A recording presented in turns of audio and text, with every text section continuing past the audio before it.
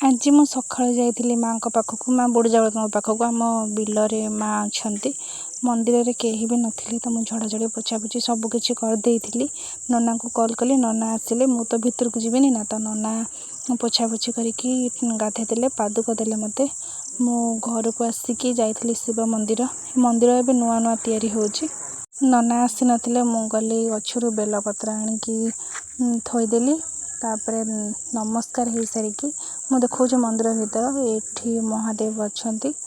पुणी मो घर को आसली आसिक आम बाछुरी खाना को जाऊँगी मु जुआड़े भी जी दी जन सब मो सांगे जी संध्या होता संध्या बेलू आसली माँ पाखक आसली संध्या देली आगुरी कहीं भी आसुना जब माँ मंदिर पूरा होती से समस्ते आस माँ को दर्शन कलु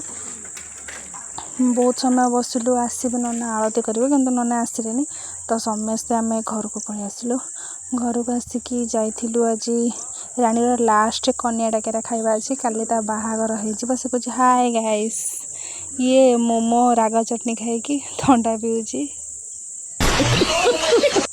जदि मो वीडियो भल लगे सब्सक्राइब करने को आदौ भूलें रोजी।